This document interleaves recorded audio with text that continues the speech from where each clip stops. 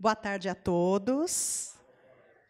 Que a doce paz do nosso Mestre Jesus envolva os nossos corações. É com muita alegria que recebemos todos vocês em mais esta tarde, neste encontro, no Museu Espírita de São Paulo, seccional da Federação Espírita Brasileira. Aos que chegam aqui pela primeira vez, sejam todos muito bem-vindos. Iniciando os nossos trabalhos desta tarde, nós vamos convidar a nossa amiga Bárbara Ortiz, que fará a leitura de um trecho do benfeitor Emmanuel para compor a mesa. Convidamos também o nosso amigo Walter Fernandes para compor a mesa, que fará a prece inicial. E o nosso palestrante da tarde de hoje, Taiguara Ortiz, por favor.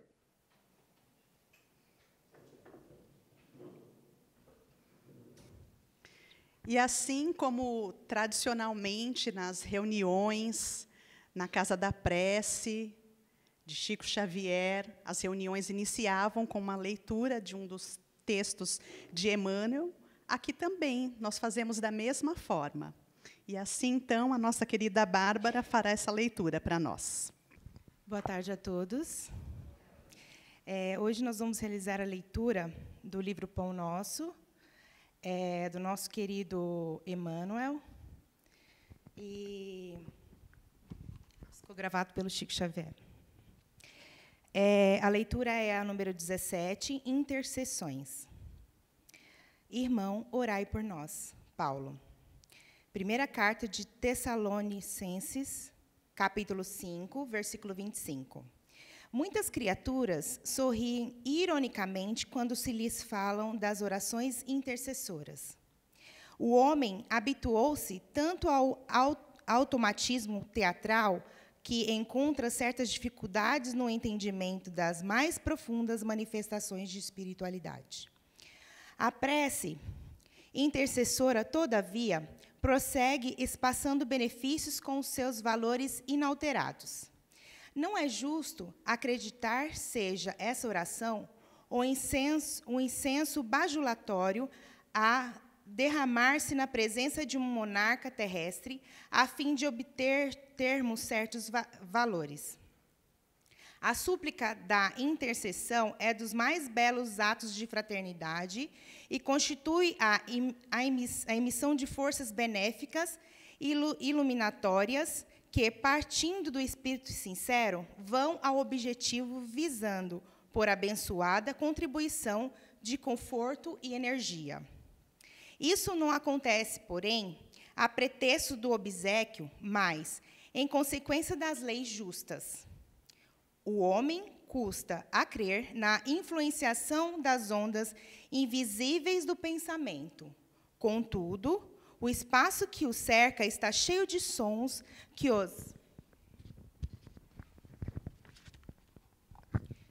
os seus ouvidos materiais não registram.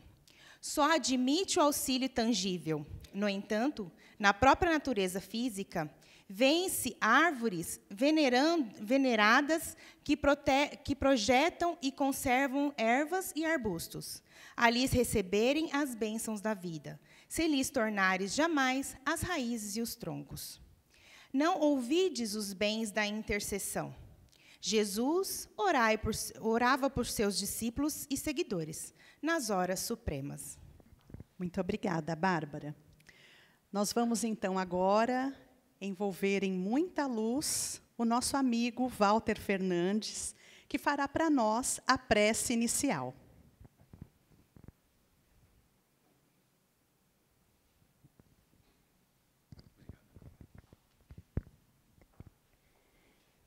Boa tarde a todos. Alimentados por esse pão espiritual que agora recebemos, elevemos os nossos pensamentos, os nossos corações ao Senhor Deus, nosso Pai, louvando pela bênção da vida e deste dia e agradecendo pela bendita oportunidade de estarmos reunidos aqui, em nome do nosso Mestre Jesus, porque sabemos que reunidos 2 ou mais, em nome dele, ele estaria e está presente conosco. Aproveitemos essa oportunidade para recepcionarmos o lenitivo da doutrina consoladora dos Espíritos por meio da palestra edificante que nos será transmitida. Que possamos aproveitá-la para a nossa renovação e transformação para o bem. Vibremos em favor, em direção do nosso palestrante, para que lhe sobeje o discernimento, a sabedoria e a certeza em suas palavras. Não esqueçamos também de vibrar em favor do nosso Brasil, para que a força poderosa do bem, que o anjo Ismael e suas falanges tenham força e poder para colocar o nosso país no bom caminho. Que assim seja, graças a Deus. Vamos então à palestra da tarde de hoje, com o amigo Taiguara Ortiz, com o tema A Felicidade é deste Mundo? Taiguara Ortiz tem 31 anos, é natural de São Paulo, administrador de empresas, nascido em berço espírita, já atuou na área da evangelização espírita para crianças, no movimento das mocidades espíritas e, nos últimos 15 anos, na área de divulgação espírita do Centro Espírita Dr. Augusto Militão Pacheco. Estudioso e pesquisador do Evangelho e da doutrina espírita, tem atuado como orador espírita em São Paulo. É também colaborador do Museu Espírita da FEB. Taiguara, por favor.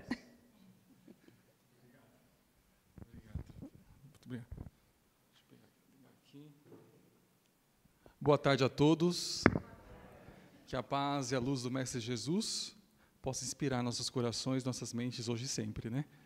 Que alegria estar aqui reunidos numa tarde de sábado para falar um pouquinho do Evangelho de Jesus, né? Que maravilha. O Chico, certa feita, disse que todos nós estamos com saudades de Jesus, né? E essa saudade que Chico falava para nós fica muito evidente nos dias de hoje, né?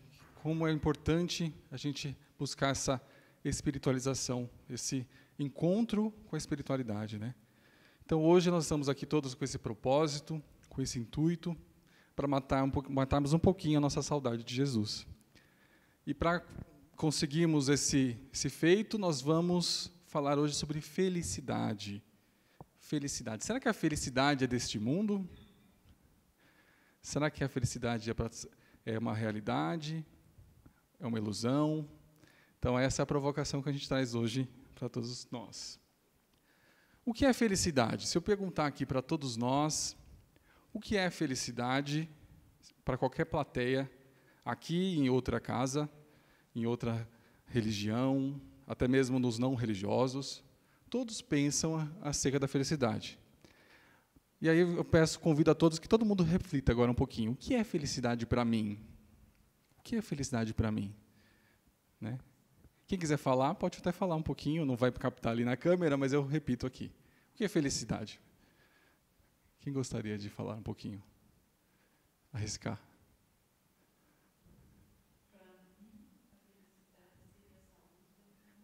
Saúde da sua filha.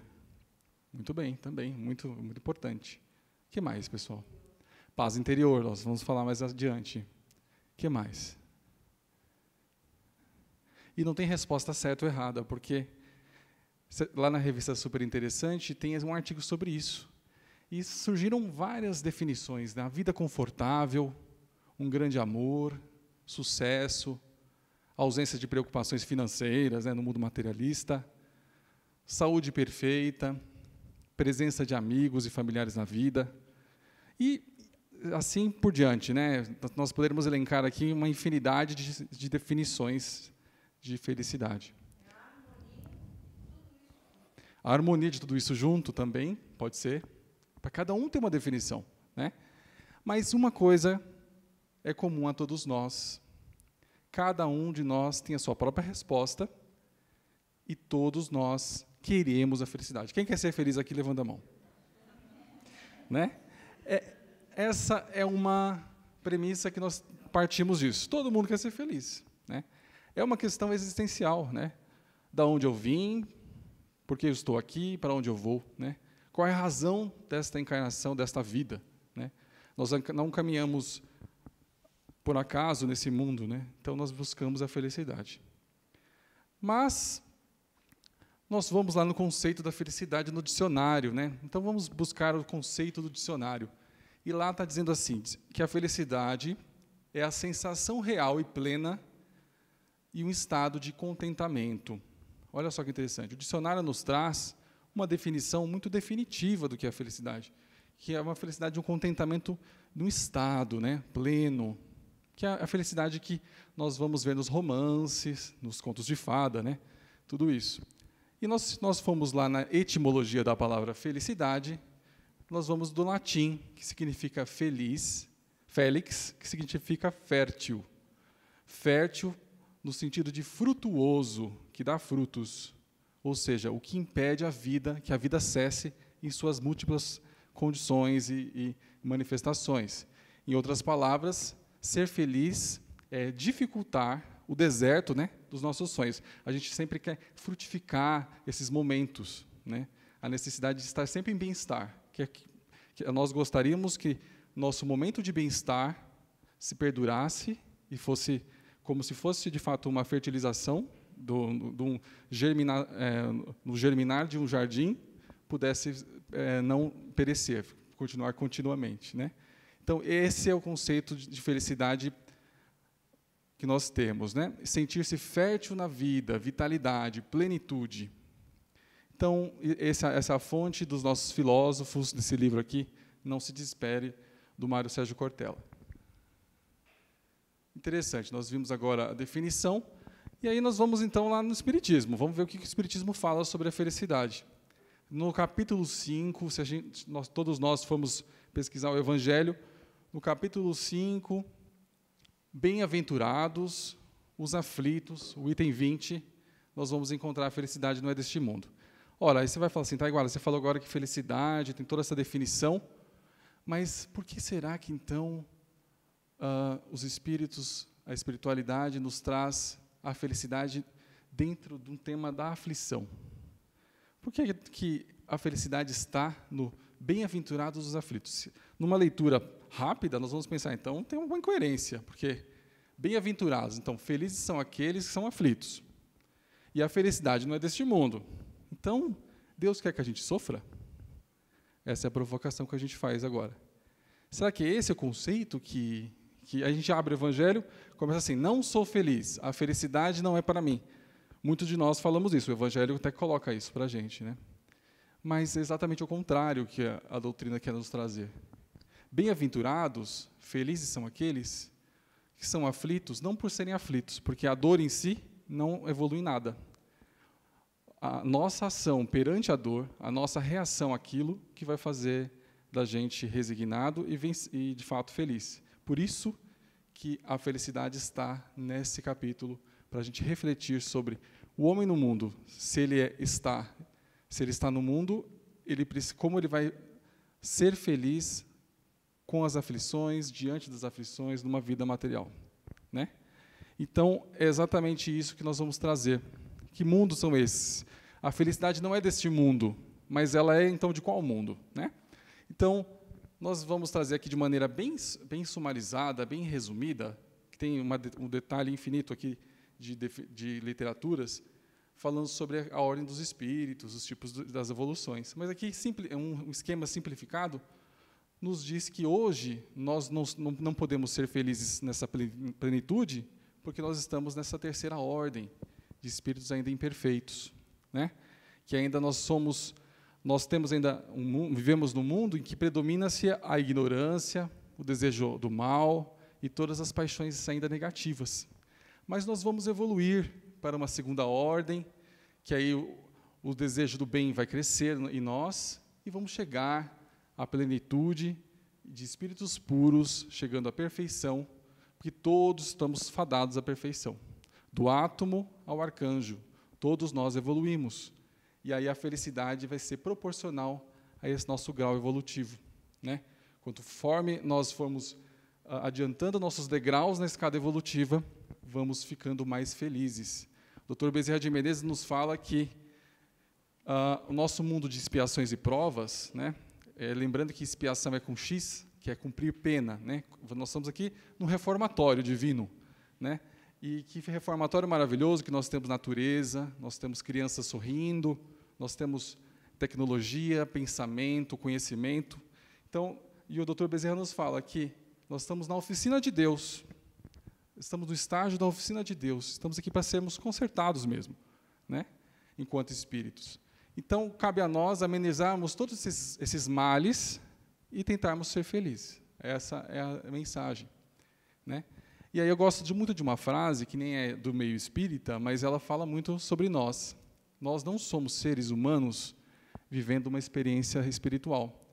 Nós somos seres espirituais vivendo uma experiência humana, né? Nós estamos aqui, quando nós encarnamos, esquecemos nossos compromissos por vezes e temos uma convicção errada de que pertencemos só a esse mundo, né? Nós estamos aqui de passagem e esquecemos que a nossa casa verdadeira não é aqui. Nosso lar verdadeiro é do lado de lá. Então, nós nos distraímos, né, nas andanças como peregrinos da Terra. A gente é como se fosse nós estávamos, um exemplo, né, bem grosseiro, estamos de férias num período, numa viagem, e simplesmente esquecemos que vamos voltar um dia, né? Vivemos só a viagem como se fosse intensamente, sem esquecer que a nossa casa nos aguarda, né? É da natureza da viagem que seja tudo provisório. E quando a gente começa a pensar nisso, a gente vai refletindo e pensa que tudo é passageiro, tudo é impermanente, né? Nós não temos nada é para sempre, tudo está em constante mudança. E aí a gente lembra do Chico Xavier, que ele tinha na sua cabeceira uma frase: isso também passa. E nos momentos de felicidade, ele lembrava: isso também passa. E nos momentos de tristeza, de aflição, ele fala: isso também passa. E nessa ótica nós vamos entendendo o porquê, como que nós lidamos com a nossa felicidade. Aí eu pergunto para vocês, então, diante dessas informações que nós estamos refletindo juntos, construindo juntos aqui, felicidade não é deste mundo? Então, o que o Evangelho quer nos ensinar é que existe uma diferença entre buscar a felicidade ilusória e buscar uma felicidade de verdade, verdadeira, mas perene, né? Felicidade plena não é deste mundo. A felicidade plena, essa que nós falamos agora há pouco, dos espíritos evoluídos, ainda não é deste mundo, né? Nós vamos evoluir. Um dia chegaremos a esse mundo, a essa felicidade plena.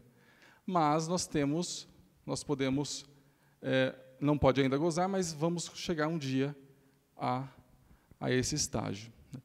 Então, aquela questão lá dos contos de fada, né, foram felizes para sempre.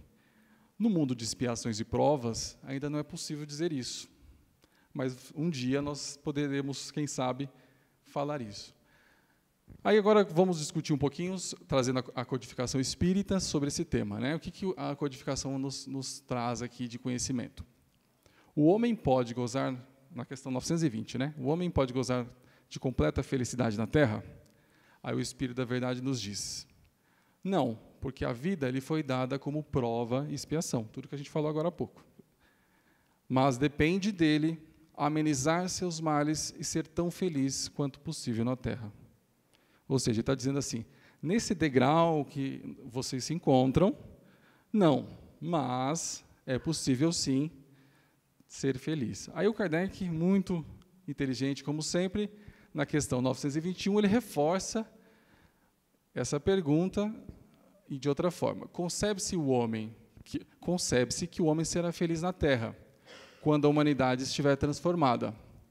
Mas, enquanto isso não acontece, poderá conseguir uma felicidade relativa? Aí o Espírito nos responde: o homem é quase sempre o artífice, ou seja, o responsável da sua própria infelicidade. Praticando a lei de Deus, ele pode poupar-se de muitos dos males e alcançar a felicidade tão grande quanto comporte a seu estágio, né, a sua existência grosseira, o seu estágio evolutivo. Ou seja, olha que interessante, o Evangelho fala uma coisa, a codificação nós vamos encontrar a mesma coisa em outras palavras, né? Então, nós sabemos, então, que a felicidade relativa é deste mundo.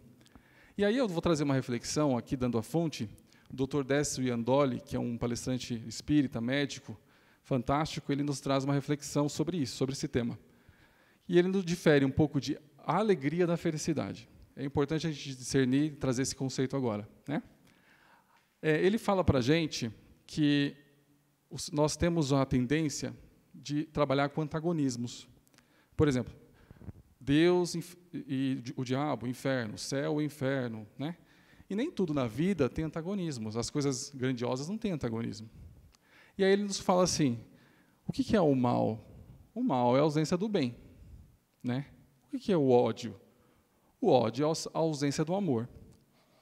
E em quesito felicidade, a felicidade se compara a essas grandes definições da vida. Então, qual é o contrário de alegria? Qual é o contrário da alegria? Tristeza. Existe um contrário, um antagonismo nisso. Mas, o contrário de felicidade qual é? A infelicidade, que é a ausência de felicidade. Entendeu? Então, aí ele nos coloca assim, que a alegria é um estado e a felicidade é uma condição. Olha que interessante, né? Porque a alegria ela vem de fora para dentro e a felicidade vem de dentro para fora, né? Então, a nossa alegria depende do meio. Se eu contar uma piada para vocês, uma anedota, todos podem sentir, se agradar, todos vão dar risada, vão ter um momento de alegria, né? Então, é um estímulo de fora, né? Então, eu posso ser uma pessoa feliz e estar triste um dia. E posso ser uma pessoa triste, na maioria dos dias, e ter um momento de alegria. Olha que interessante. Porque ela é relativa, né? Nossa felicidade é relativa ainda. Estamos ainda neste mundo em que nós temos essa condição. Então, nós podemos, ele fala isso para a gente, e aí vem uma definição muito interessante, né? A filosofia nos traz também uma definição sobre o que é felicidade. Para a filosofia, felicidade é expectativa menos realidade. Isso é uma definição filosófica. E o Dr. Décio também nos traz esse mesmo conceito. Mas só que ele traz uma definição já aplicada. Expectativa, né? Nós temos muita expectativa e a gente condiciona a nossa felicidade a algo que a gente não pode controlar.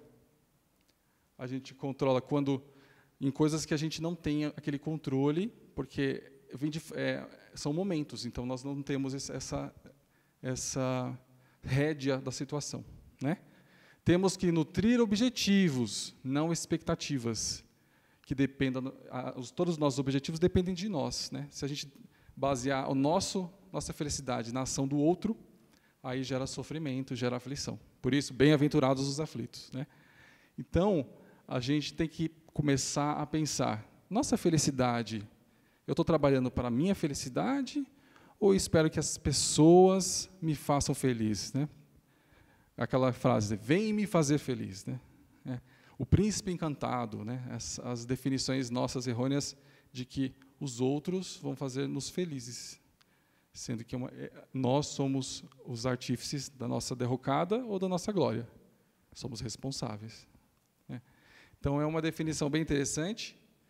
E aí a Joana de Ângeles nos traz: a felicidade relativa é possível e se encontra no alcance de todos nós, desde que haja neles aceitação dos acontecimentos conforme se apresentam. Ela reforça a felicidade dentro do bem-aventurados os aflitos.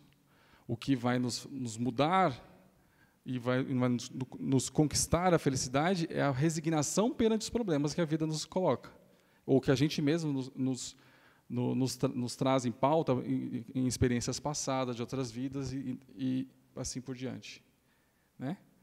Então, a felicidade ela é passível de construção. E, de acordo com as nossas escolhas, de como sentimos perante essas escolhas, nós vamos ser felizes ou não, né? Esse somatório de escolhas. Aí, na questão 922, o Kardec continua explorando esse assunto e nos fala: a felicidade terrestre é relativa à posição de cada um, ou seja, ele já traz o conceito que nós acabamos de ver. O que basta para a felicidade de um constitui a desgraça de outro, ou seja, relativa. Haverá, contudo, algum critério comum, né, de felicidade para todos os homens? Então, existe um critério comum, uma base para o homem ser feliz? Um pré-requisito. Esse é o básico. Aí o Espírito da Verdade nos traz essa definição. Para a vida material, é a posse do necessário.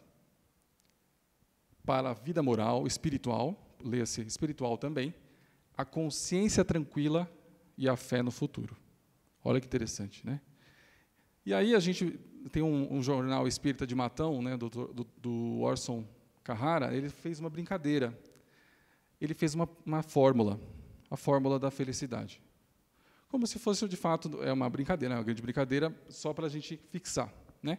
Que posse do necessário, consciência tranquila e fé no futuro se dá, então, a felicidade relativa, né? Para a gente começar a fixar esses conceitos, né? Posse do necessário. Aí a gente entra no grande dilema da felicidade, no meu ver, que são assim, como nós lidamos com a materialidade, com os bens materiais, com a ferramenta de evolução que é a matéria, né? Então, coisas materiais nos dão alegria, porque elas são de fora para dentro, né? Lembra, doutor Décio? Mas tem prazo de validade. Eu vou ser feliz quando eu comprar meu carro. Aí eu compro o carro, ponho ele na garagem. Aí a validade acabou, já acabou a minha felicidade. Agora eu quero um avião, né? E assim por diante. E nós vivemos numa sociedade muito consumista, né? Ainda mais hoje, uma sociedade muito consumista, muito materialista, que hoje a comunicação e a tecnologia em ampliação contínua, nós estamos gerando uma sociedade de ansiedade, de ansiosos, porque se a grama do vizinho é mais verde, nós temos, hoje, todos os dias, sabemos a cor da grama do vizinho, se ele mudou a cor da grama, porque nós hoje comparamos o tempo todo. Nós estamos vivendo nas tendências dos tempos atuais, nós temos uma juventude bem ansiosa, porque compara o tempo todo as questões materiais, né? Então, o que nós precisamos, o que é necessário para nós? Também é uma pergunta de foro íntimo, né? Mas qual que é o necessário para a nossa felicidade? A gente tem o que a gente precisa? Será que a gente precisa de muito? Tem uma pesquisa lá nos Estados Unidos, fizeram recentemente, que o necessário para ser feliz no mundo hoje em dia é 11 mil reais. Olha, a imprensa nos trouxe essas informações. 11 mil reais, a pessoa então é feliz. Porque é uma definição materialista. É simples, faz o bem-estar social, chega na conta e é isso. Mas não é, né, gente? Então, nós temos nossos recursos como transferência, né? Nada é nosso. Estamos aqui só de passagem, como nós falamos, como peregrinos na Terra. Vamos um dia voltar para casa. E a nossa relação com a materialidade vai vai construir a nossa felicidade ou não. Então, é a discussão, né? O Dr. Décio nos fala também que, lá numa reunião espírita da Associação Espírita Brasileira, de médicos espíritas, uma vez o Dr. Bezerra de Menezes chegou numa discussão e disse: vocês não estão mais lutando pelo pão, não estão lutando pela manteiga, estão lutando já pela geleia. Olha que interessante, né? Uma reflexão de do que a gente está lutando hoje, qual é o grau da nossa luta, né? O que é necessário, o que é supérfluo para a nossa felicidade. É uma reflexão que a gente tem que fazer, né? Posse do necessário, né? Nós temos que ter conforto, sim, mas o peso que nós damos às coisas materiais vão fazer da nossa felicidade mais plena ou mais relativa mesmo, mais momentânea. Consciência tranquila. A lei de Deus está nas nossas consciências, está lá, né, no Livro dos Espíritos. O que vai nos trazer a consciência tranquila? É o senso de dever cumprido e também de justiça perante a vida. Quando a gente só tem esse travesseiro macio da consciência tranquila, quando a gente sabe que está fazendo a coisa certa, quando a gente tem a consciência de que estamos agindo com justiça e que nós estamos fazendo alguma coisa. Então, a espiritualidade nos fala que para termos consciência tranquila, nós precisamos praticar as leis de Deus. E quais são as leis de Deus? Aí, lá no livro Sinal Verde, o André Luiz nos traz assim: o amor em ação, a nossa felicidade será naturalmente proporcional em relação à felicidade que fizermos aos outros. É a caridade, né, gente? É o amor em ação, né? Quando a gente está agindo com caridade, fora da caridade não há salvação, né? Quando a gente está agindo, a gente coloca essas energias em movimento, e aí nós temos um senso de justiça dentro de nós e um senso de dever cumprido. Então ele coloca assim: a felicidade pode exibir-se, passear, falar, comunicar-se na vida externa, mas reside com o endereço exato na consciência tranquila de que a gente está fazendo alguma coisa, né? Quem se aceita como é, doando de si a vida, né, o melhor que tem, caminha mais facilmente para a felicidade. O amor é a força da vida, e trabalho vinculado ao amor é a usina geradora de felicidade. Se nós queremos ter mais momentos de alegria, momentos de felicidade, momentos bons, nós temos que agir no amor, para ter consciência tranquila. Essa é a reflexão desse segundo item. E aí vem o último item, que é fé no futuro, né? Se a gente não tiver esperança de que amanhã vai ser outro dia, as nossas aflições vão ficar conosco e elas só vão se agravar, né? Então, Deus nos colocou a consolação e a esperança, sim, de diversas formas, com palavras de otimismo, de bom ânimo, de que todo dia tem um novo amanhecer, né? Todo dia é uma página em branco para recomeçar, né? E aí o Espiritismo também está nesse rol de esperanças. Talvez para nós seja a mais importante delas, porque demonstra que o Espírito é imortal e nós estamos progredindo, como nós falamos no começo, né? Dá ao homem a certeza de que o futuro melhor do verdadeiro sentido da experiência, ou seja, nós estamos só começando a nossa jornada, né? Tem muito o que passar ainda, muita água para passar por debaixo dessa ponte, e que temos uma infinidade de possibilidades, de recomeços, né? Todo dia é uma página em branco mesmo. Então, fé no futuro. A gente sempre lembra das mãezinhas que perderam seus filhos, né? Que conseguem consolo da sua separação momentânea, né? Porque ela tem certeza que um dia vai acontecer o reencontro, né? E tem tantos outros inúmeros casos de que tem esperança que um dia esse mal vai acabar, um dia esse momento de aflição vai acabar. Então, para a nossa felicidade, se a gente quer ter felicidade como base, felicidade base, nós precisamos encontrar essa esperança, essa força. E a esperança do verbo esperançar, né, que uma ação. Não adianta falar, eu vou esperar, né? É a esperança ativa, né? E aí eu faço uma reflexão aqui para todos nós. Quanto tempo do meu dia eu dediquei para o meu bem-estar espiritual e para a minha felicidade? Vamos fazer um raciocínio aqui. Hoje à tarde, nós estamos aqui no Museu Espírita de São Paulo, dedicando um pouquinho do nosso tempo para o nosso espírito, né? Quanto do meu dia eu dedico a isso? Né? Quanto do meu dia eu colaboro para essa minha felicidade verdadeira? Como ser feliz possuindo o necessário? Como garantir atitudes no bem e ter consciência tranquila? Voltando às questões de Kardec, né? Como alimentar fé no futuro, esperança na nossa evolução? Como que a gente consegue isso? Quem me responde? A pergunta mais importante, né?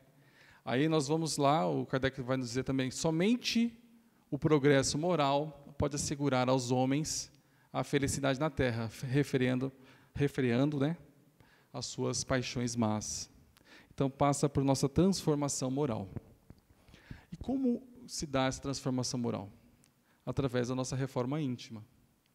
E aí Jesus nos trouxe o roteiro para a nossa felicidade, um roteiro, assim, ilustrado, né, pronto para a nossa felicidade. E Ele nos trouxe as bem-aventuranças. Bem-aventuranças, elas que nos trazem um convite para a nossa educação de sentimentos. Né? Bem-aventurados os pobres de espírito, né? Porque deles é o reino dos céus. Bem-aventurados os aflitos, Bem-aventurados os mansos e pacíficos, bem-aventurados os que têm fome e sede de justiça, os misericordiosos, os puros de coração, os pacificadores, os perseguidos por amor e a justiça, né? Todas essas bem-aventuranças e todas as lições que ele nos traz nesse roteiro para a nossa felicidade. E Jesus, quando ele coloca as bem-aventuranças, ele fala: felizes são aqueles que adquiriram essas virtudes. Mas quais virtudes são essas? Que virtudes ele está se referindo no Sermão da Montanha?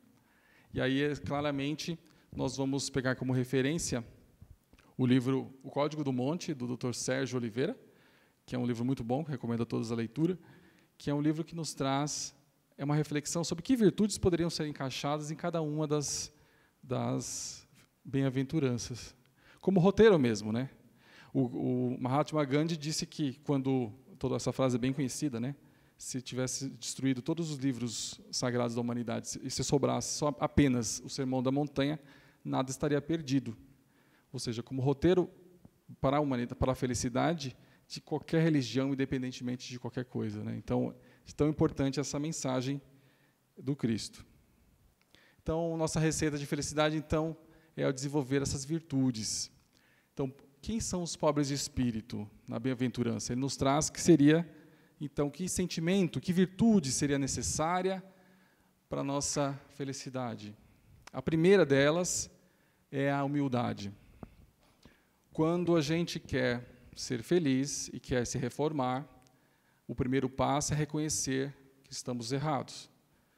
É fazer aquela autoanálise e dizer assim: não, esses são os meus defeitos, meus vícios morais, e essas são as minhas virtudes, isso aqui eu preciso reforçar.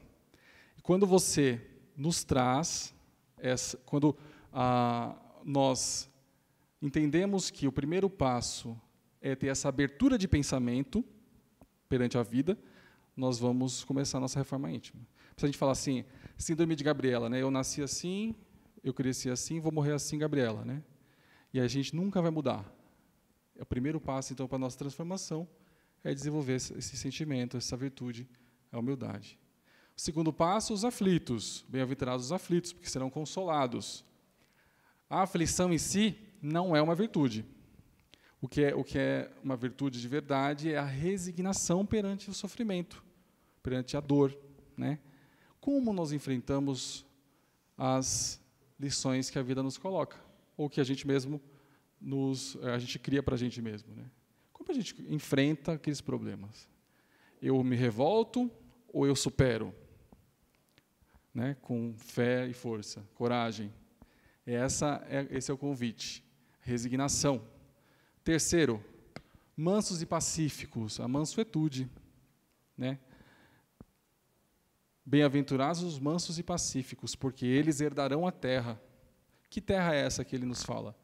A terra do território íntimo, do autocontrole. Quando a gente se pacifica, quando a gente tem paz interior, a gente tem um autocontrole. Nós controlamos nós mesmos, né? Os problemas não possuem a gente que possui os problemas para solucioná-los. A gente tem as rédeas da nossa vida. E também vamos herdar a Terra enquanto planeta. Porque só se nós formos pessoas regeneradas e com paz interior, a paz em nós vamos ficar aqui e ajudar esse planeta a desenvolver, a crescer, a progredir. Mas se a gente sintonizar com essas esferas negativas, olho por olho, dente por dente, e o mundo acabará cego, né? O Gandhi nos falou isso. A gente tem que parar de responder com estímulos instintivos e processar e responder com respostas de consciência espiritual, respostas espiritualmente conscientes. E isso que fica o convite para a gente, na questão da paz e da mansuetude. Aí, essa relação é do indivíduo com ele mesmo, nós conosco mesmo. Né? Ele nos coloca nessa condição. Agora, fome e sede de justiça. Ele fala que é a fé raciocinada. A fé que, de fato, nós somos sedentos dessa fé, nós temos fome e sede dessa fé, em algo maior, na relação com Deus, né? Para a gente conseguir nossa felicidade. Os misericordiosos, aí é o perdão. Né? Sem o perdão da misericórdia, sem o perdão, nós vamos continuar carregando, né, nossas mágoas, nossos problemas, e vamos ter esses atavismos que impedem nossa evolução, impedem nossa felicidade, né? Melhor do que perdoar é não se ofender. Nós vamos chegar nesse nível um dia. Melhor do que perdoar é não se ofender. A gente nem vai mais precisar perdoar, porque a ofensa vai ser uma coisa distante de nós. Mas, por enquanto nós nos ofendemos muito, é importante que a gente pratique o perdão. E o perdão de 70 vezes 7, né? Cada uma das ofensas, como disse Chico Xavier. 70 vezes 7, cada uma das ofensas que nós recebemos, para que a gente construa a nossa felicidade. Os puros de coração, né? Jesus falou, vinde a mim as criancinhas, né? Porque delas é o reino dos céus. São os corações puros, simples, porque quando nós crescemos, nós ficamos complexos, né? E nós precisamos dessa espontaneidade da criança perante as questões da vida. Se a gente tiver essa pureza, essa tranquilidade de chegar e se apresentar. A criança chega e se apresenta, ela tem essa facilidade de não ter complexidades. Então, fica como um convite para a nossa felicidade, essa espontaneidade de uma criança, né, para a nossa evolução. Então, a nossa relação com o outro, para a gente ser feliz, é muito importante. E aí também os pacificadores, que ele coloca para a gente como o altruísmo. A gente entender que nós fazemos parte de uma sociedade, que nós precisamos parte de um todo, e que se a gente quer ver um mundo melhor, a gente começa na nossa casa. Começa em nós, que depois nós vamos melhorar a nossa casa, que é a célula máter da sociedade, e vamos melhorar o mundo, né? Querer um mundo melhor, não construindo a partir de si, é uma miopia espiritual. Então, nós temos esse altruísmo, que hoje nós vemos um mundo muito individualista, né? O egoísmo cresce a cada dia, e aí é o convite para que, se a gente quer ser feliz, a gente tem que ser altruísta. E o último, e um dos mais importantes, é a caridade, né? Que nós falamos, o amor em ação. Sem amor, sem esses sentimentos, nós não vamos conseguir nossa felicidade. Nem a de fora para dentro, nem a de dentro para fora, né? É muito importante que a gente consiga construir isso. E aí você fala, não, tá ótimo, Taiguara, mas perfeito, muito teórico, maravilhoso, mas no dia a dia, o que eu vou fazer, né? Aí nós vamos lá na questão 909 do Livro dos Espíritos. Poderia sempre o homem, pelos seus esforços, vencer as más inclinações? Aí o Espírito da Verdade fala assim para a gente, sim, e frequentemente fazendo esforços insignificantes. Olha que provocação para a gente, né? Insignificantes. O que lhe falta é a vontade. Aí ele coloca assim, quão poucos entre vós fazem esforços. Não é verdade, gente, isso? E ele fala, então, que para que a gente consiga a nossa evolução, essa reforma íntima, é necessário muito pouco, são insignificantes. Não é necessário fazer grandes demonstrações de evolução. Se a gente fizer aos pouquinhos, todos os dias, demonstrações, exercícios mesmo, né, de reforma íntima, na prática, não na teoria, nós vamos construir nossa felicidade e vamos evoluir, né? E agora eu vou passar para vocês, parar um pouquinho de falar, e vou passar, talvez seja o ponto alto da palestra, que o gigante deitado, quem já ouviu falar dele, levanta a mão. Acho que quem foi muito ao Uberaba, como eu tive a oportunidade de ir quando eu era pequeno, já conheceu um pouquinho da história. Ele era um mineiro de Tuiutaba, Minas Gerais. Ele nasceu em uma família com grandes problemas, dificuldades materiais financeiras, né, uma família muito pobre. E ele tinha grandes dificuldades também. Ele era um jovem, né, mesmo nessa situação socioeconômica difícil, ele era um jovem sonhador e queria ser um atleta. Então, ele era muito forte, muito musculoso, atlético. E, aos 15 anos, depois que ele perdeu a avó, ele se deparou com a doutrina espírita e começou a militar no movimento espírita da juventude, da mocidade. E, aos 17 anos, ele já estava num time de futebol da cidade, assim, ele começou a sentir os primeiros sintomas da doença que o paralisaria para sempre. A artrite reumatoide, na época, muito rara, muito grave, que primeiro acometeu ali as pernas e ele usou muleta. Depois ele ficou na cadeira de rodas. Depois ele ficou tetraplégico e depois ele perdeu a visão, né? Em pouco tempo. Em poucos anos ele foi perdendo a mobilidade e com muitas dores. E aí culminou também da vontade dele de entrar na doutrina espírita para valer e trabalhar arduamente dentro do movimento espírita.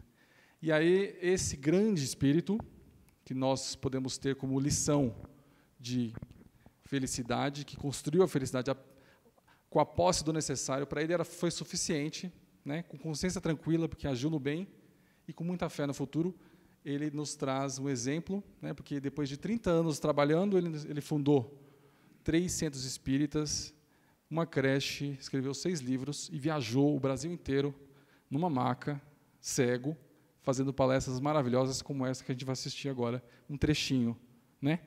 Essa palestra, ele fala um pouquinho sobre a alegria de viver.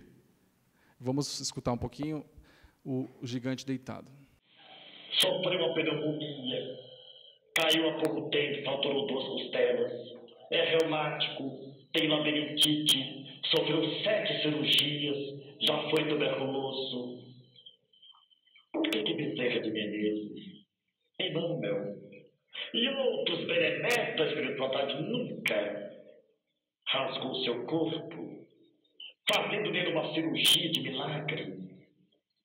Ele que fala, conversa, dialoga, convive com a mais elevada espiritualidade, estará se arrastando, porque a lei não admite privilégios. Nem o Cristo os teve. Jesus não caminhou numa avenida de flores.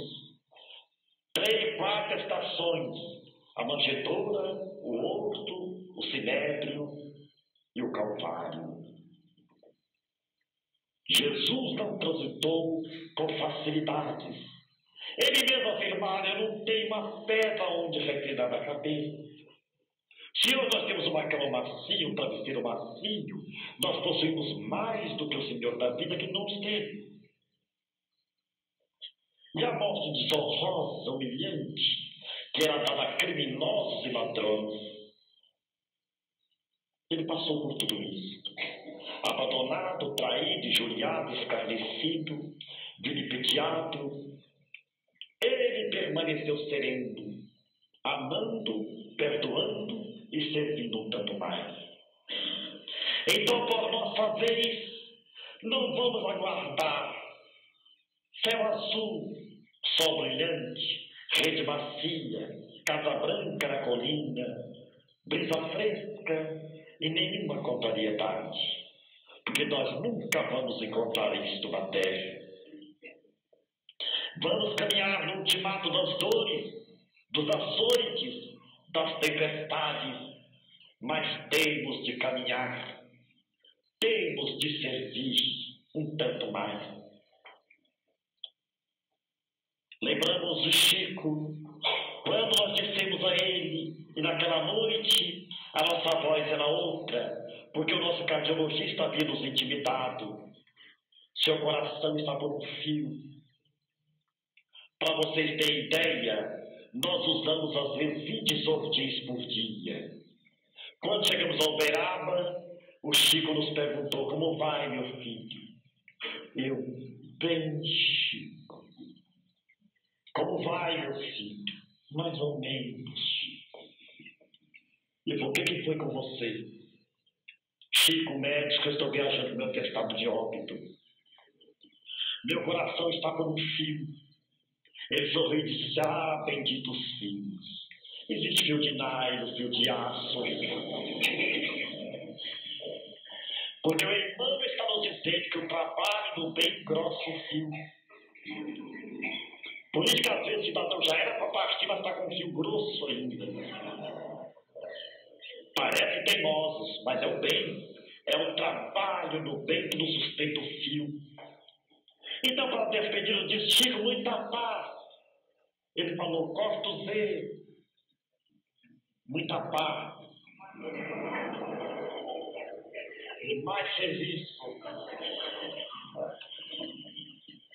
Então, que alegria para nós, dentro do ambiente espírita, a bênção desta fé que nos encoraja, esta fé que nos anima, esta fé que nos impele para frente, que nos dá a alegria de viver e o privilégio de servir. Esta fé que nos libertou do medo da morte e mostra que morte é vida. E eu me lembro de uma trova do Cornélio Pires que diz assim: no túmulo de João de Souza, li a seguinte inscrição: no túmulo de João de Souza, aqui finalmente descansa quem nunca fez outra coisa.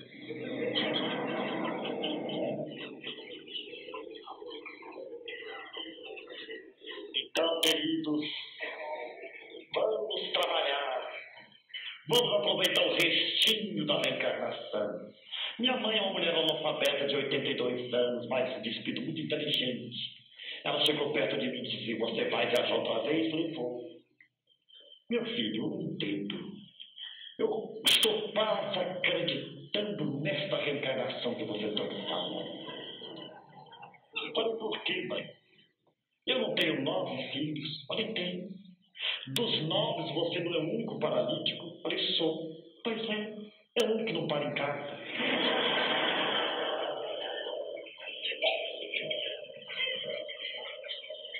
Falei: mãe, mas eu não posso ser paralítico da alma. Paralítico do corpo é uma coisa, mas a mais terrível paralisia é da alma. É a alma que se sente inútil dentro da vida, impossibilitada de sorrir, de cantar, de amar, de falar o nome de Deus, de abençoar a cada coração. Então eu não posso me deter nas limitações do corpo, porque o corpo é uma veste que se desgasta. Mas nós somos cidadãos das estrelas, espíritos imortais. É a maior dádiva do Espiritismo. Então, companheiros, o próprio guarda de trânsito reconhece isto. A perua 130 ele parou e falou assim: senhores, paga 130 nesse carro. E o guarda disse: olha o rapaz da cama. O guarda deu: faz 18 anos que esse moço passa pra lá, pra cá, pra lá, pra cá.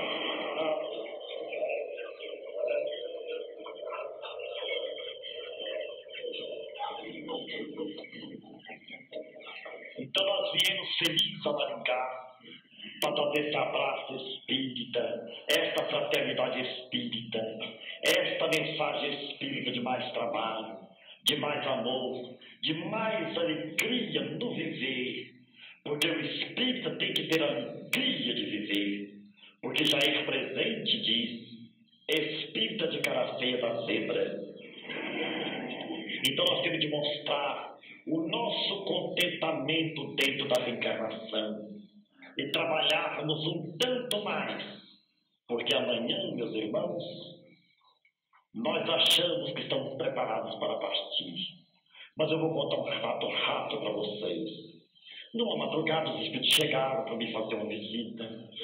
Um me levantou o pé esquerdo e eu fiz uma Ave Maria que nunca tinha rezado no mundo com tanta fé, porque achei que era desencarnação. Levantou o pé direito, eu dou: Jesus, eu não trabalhei em nada, me ajuda. As mãos dos espíritos vieram no peito, me fizeram uma massagem no coração.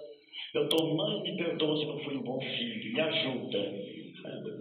Aí o espírito chegou no meu ouvido e falou assim: tranquiliza-te, é uma recalchutagem.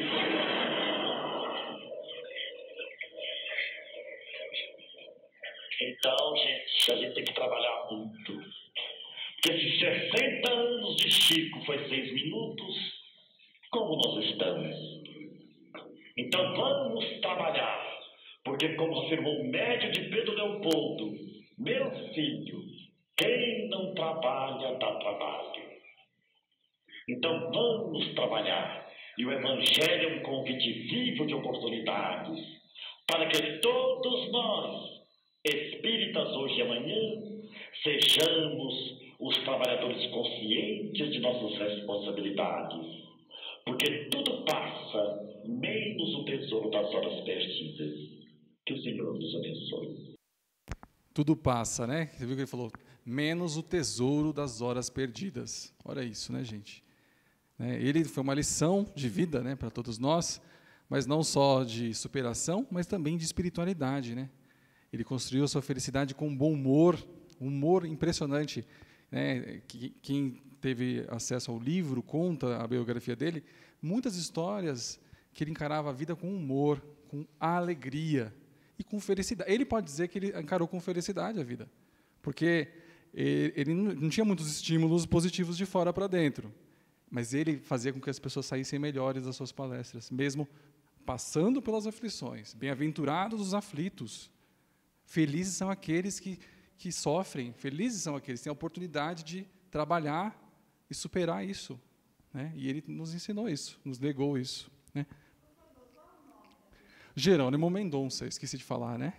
Jerônimo Mendonça, O Gigante Deitado, tem um livro muito completo da obra. Eu falei, só pincelei aqui, ele mereceria até uma palestra à parte. Mas ele é um grande espírita, um grande espírito, né? E, segundo Divaldo Pereira Franco, tem um vídeo no YouTube também que ele fala que ele está em excelentes condições espirituais, né? Por conta desse trabalho, né? E a gente pode dizer que ele foi feliz. Ele foi feliz. É uma lição de felicidade para nós, né? Quantas vezes a gente, em busca de ventura, procede tal e qual um avôzinho infeliz? Em vão, por toda parte, os óculos procura, tendo-os na ponta do nariz, né, gente? Está tudo na nossa porta. Mário Quintana, né? Tudo na nossa frente, tudo está ali, disponível, né, para a gente ser feliz. E muitas vezes a gente acha que precisa de grandes demonstrações e grandes acontecimentos para a gente ser feliz. E aí as dicas práticas lá no Momento Espírita nos traz, né? Brincar, dar risada de si mesmo, né? Sorrir mais, valorizar as coisas simples, acompanhar os crescimentos dos filhos, abraçar, aperto de mão, né? Na fraternidade espírita, às vezes ele falou, né, do espírita sisudo, carrancudo, isso não pode acontecer, né, gente? Nós estamos numa fraternidade, né? Nós temos que abraçar nossos irmãos, evitar contendas, né? Porque se a gente aqui não consegue ser feliz, a gente tem que ter essa postura, né, perante a nossa espiritualidade. Não guardar mágoas, evitar isso, né, não entregar a nossa autopiedade. Eu sou vítima do mundo, coitado de mim, a minha doença é a pior, a minha doença é a terrível, né? Tem que começar também a vibrar com as nossas conquistas, sejam elas pequenas, grandes, qualquer uma delas. Valorizar o nosso presente, né? Todo mundo é capaz de ser feliz hoje, todo dia, né? Como nós falamos. Também planejar o futuro, né? Planejar o futuro, não viver o futuro, que causa ansiedade. Se a gente começar a sofrer por antecipação, também não funciona, né? Planejar o futuro, ter tudo mais controlado na nossa mente, bem trabalhado. Se organizar, né? Reservar um tempo para a gente. Eu vou me dar de presente um tempo livre, né? Com leituras edificantes, né? Um tempo para mim. Reservar também um tempo para a família, para o nosso lar, né?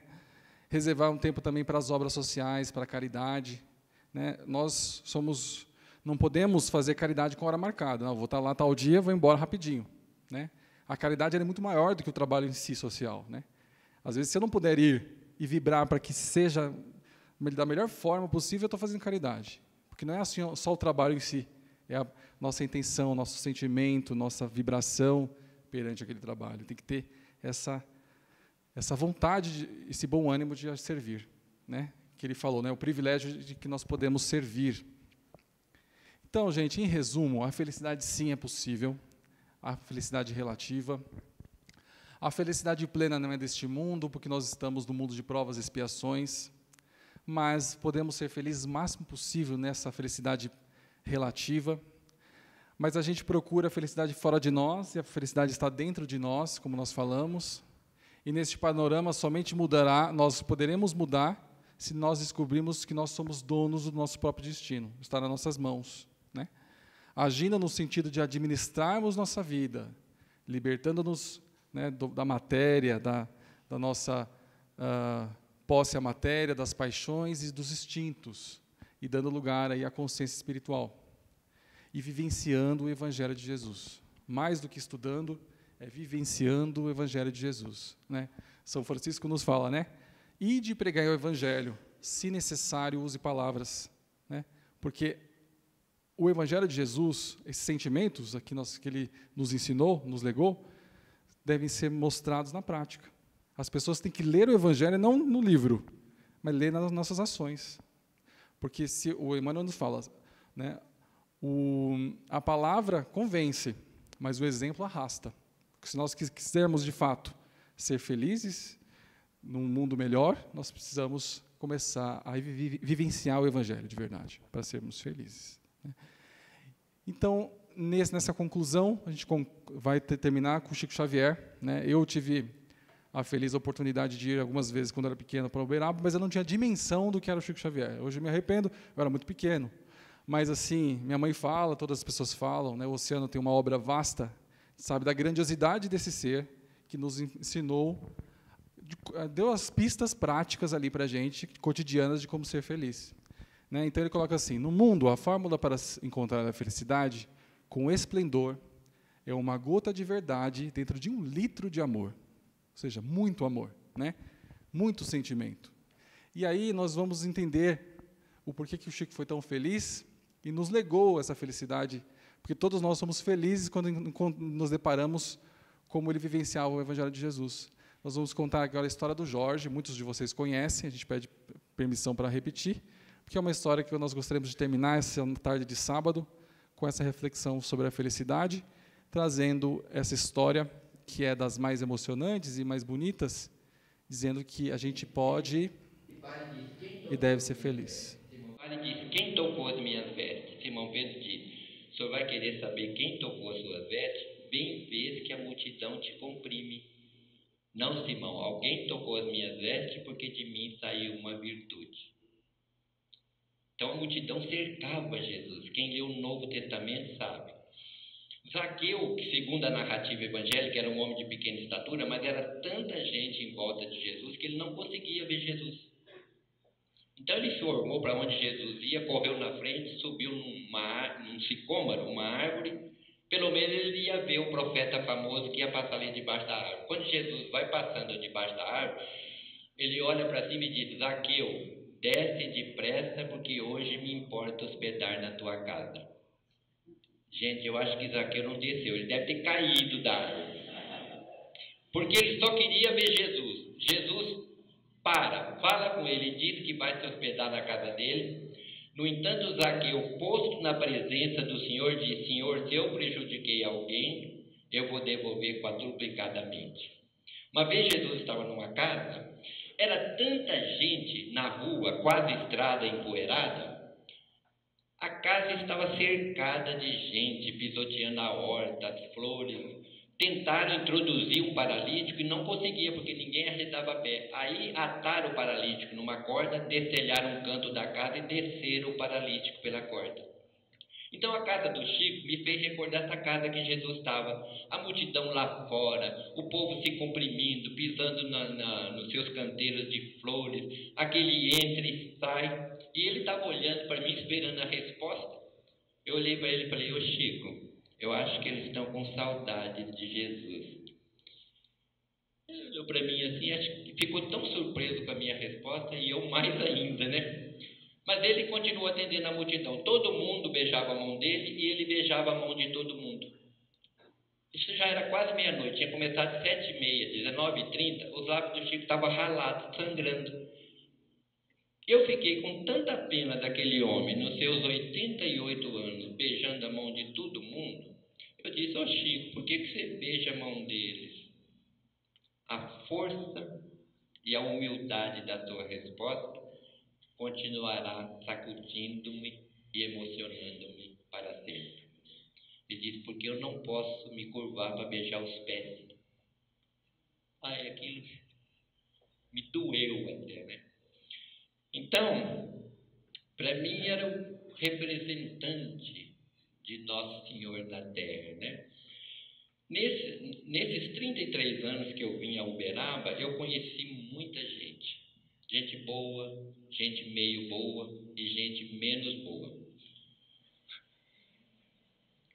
Alguns, o tempo vai apagando da memória, mas ele nunca vai ter força suficiente para apagar esse personagem. Naquele tempo que as sessões do Chico se estendiam pela madrugada, ele chamou minha atenção pela alegria com que ele chegava chegava perto do Chico. Os olhos dele quase se inundavam de luz. Era sempre o último da fila. Ele vinha com aquele passo cansado, trôpego, né? Ele tinha a pele muito escura, o cabelo enrolado, uma ferida, quase sempre uma ferida nos lábios, pés rachados. Chamava-se Jorge. Eu acredito que o Jorge deve ter tomado muito pouco banho na vida dele, porque seu corpo franzino, magro, mal alimentado, exalava um odor desagradável. Ele tinha na boca alguns dentes apodrecidos e quando ele falava, o hálito dele era quase insuportável. Quando ele chegava perto do Chico, o Chico perguntava para ele: Jorge, como é que vai a vida? Ele disse: Chico, eu acho a vida uma beleza. Ele falava assim meio de soquinho, né? Como é que foi a viagem? Ele morava tão longe que o Chico chamava a vinda dele ao centro de viagem. Tio Chico, eu vim parando debaixo das árvores, olhando as flores que Deus plantou. O que você mais gosta de olhar, Jorge? O azul do céu, tio Chico. Às vezes eu penso que Nosso Senhor Jesus está me espiando por detrás de uma nuvem. E o Chico conversava com o Jorge 5, 10, 15 minutos. Eu falava: meu Deus, por que o Chico não diminui o tempo do Jorge? E dá mais tempo às outras pessoas. Teve gente que viajou milhares de quilômetros de Fortaleza, Manaus, e ele mal pegou na mão dele, ele perde tanto tempo com esse cara aí. Mais tarde eu fui entender que somente o Chico Xavier seria capaz de parar para ouvir e entender o Jorge. Ninguém lhe dava atenção. Quando ele chegava perto dos espíritas, foi a única vez na vida que eu vi todos os espíritas ser tão caridosos. Eles enfiavam a mão no bolso, davam um trocado que era para ele sair de perto. Então ele ia comprar pipoca, guaraná, doce, ele tinha uma capanga, ele jogava tudo dentro da capanga, dinheiro, que tal, depois ele dava um nó.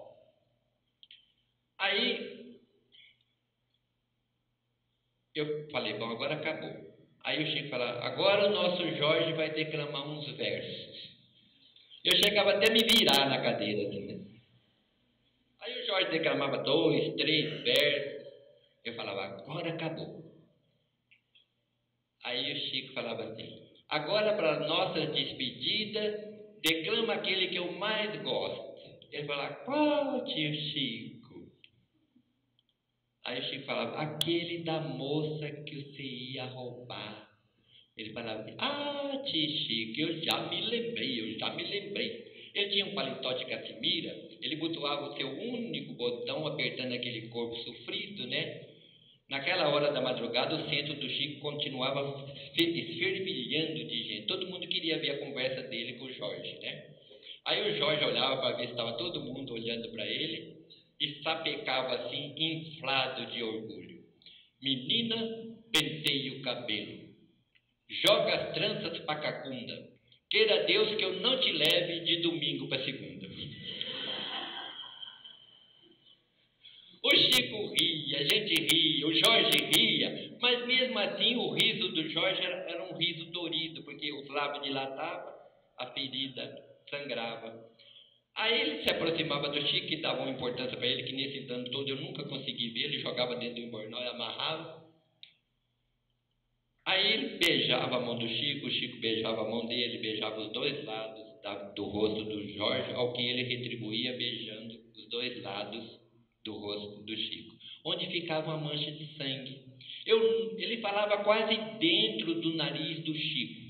Eu nunca vi o Chico ter aquele momento instintivo de recuo como eu tivera tantas vezes. Eu nunca vi o Chico se limpar na presença do Jorge, nem depois que o Jorge tinha ido embora.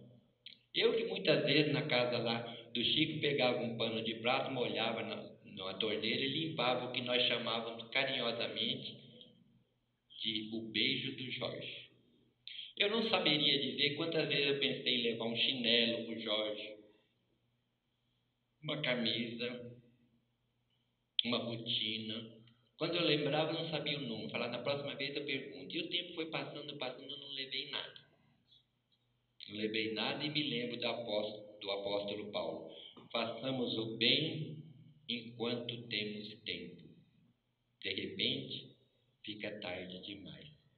O Jorge desencarnou numa noite fria aqui em Uberaba. Esquecido do mundo, esquecido de todos, mas não de Deus.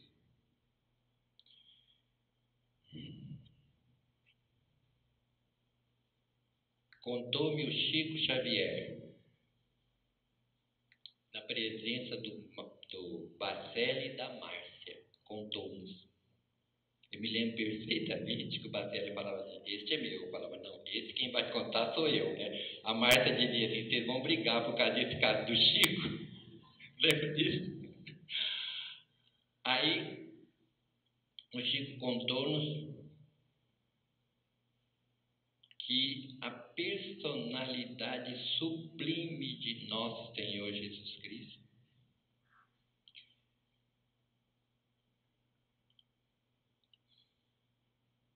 veio pessoalmente buscar esse homem de pele escura, cabelo enrolado, feridas nos lábios, pés rachados, mau hálito, mau cheiro. Retirou ele do corpo que estava envolto em pedaços de coberta,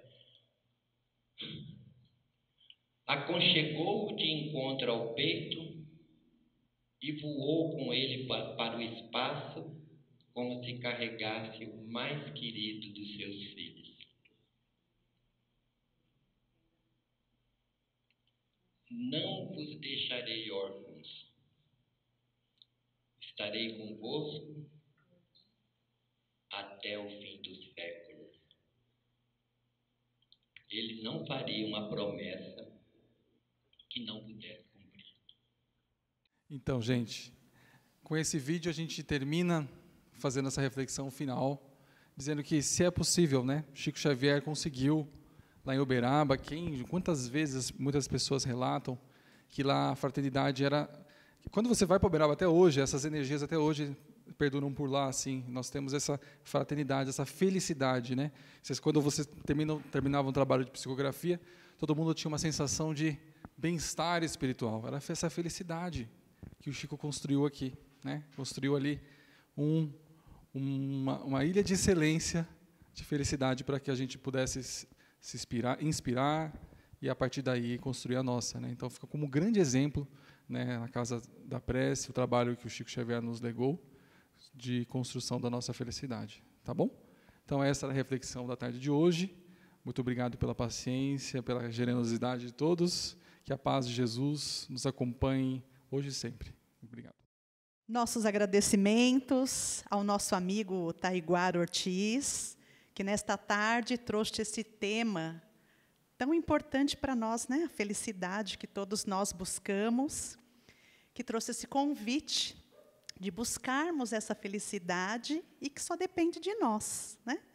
Que encerrou com esse vídeo maravilhoso, com a história do Jorge, e que, através desse vídeo do Jerônimo Mendonça, nos trouxe aí as lembranças, né, das recomendações de Chico e Emmanuel, que servir engrossa o fio, gente, o fio da vida. Então, vamos servir, não é?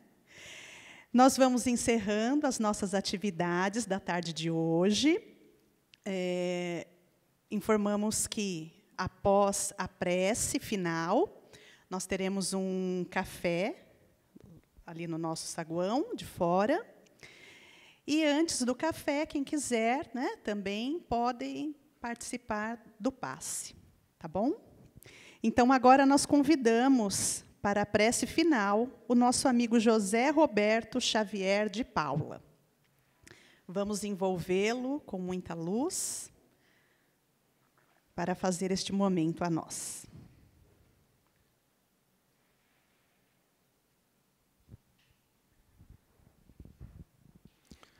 Bom, obrigado pelo convite, pela oportunidade de trabalho. Vamos engrossando o nosso fio, né? E assim, Jesus, nesse clima de amor, nesse clima de confraternização,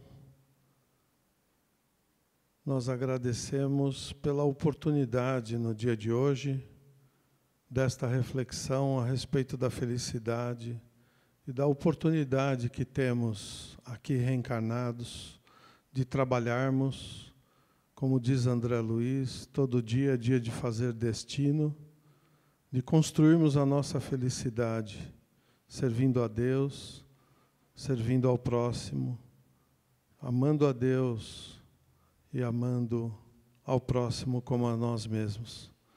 E assim, agradecidos, nós pedimos a permissão para dar por encerrada essa parte do trabalho e que possamos aqui estarmos em outras oportunidades, aprendendo e pondo em prática tudo quanto temos aprendido aqui. Abençoa essa casa, abençoa-nos e nos acompanha até os nossos lares. Que assim seja, graças a Deus.